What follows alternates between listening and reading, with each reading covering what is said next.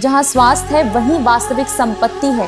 और हम अक्सर सोचते हैं कि धनतेरस का मतलब धन संपत्ति का त्योहार, लेकिन सच तो ये है धनतेरस का असली संबंध स्वास्थ्य और जीवन के प्रकाश से है। और इस प्रकाश के प्रतीक है भगवान धन्वंतरि। सिर्फ भगवान नहीं थे बल्कि demigod, half man half God, जिन्हें आयुर्वेद का जनक माना जाता है, यानी ब्रह्मांड के पहले डॉक्टर, पहले आयुर्वेद आचार्य भगवान विष्णु के अवतारों में से एक अवतार थे। जब समुद्र मंथन हुआ तो उसमें 14 रत्न निकले, लेकिन सबसे अनमोल था अमृत का कलश, अमरता और जीवन शक्ति का स्रोत। समुद्र मंथन में उन्होंने अमृत कलश के साथ जन्म लिया।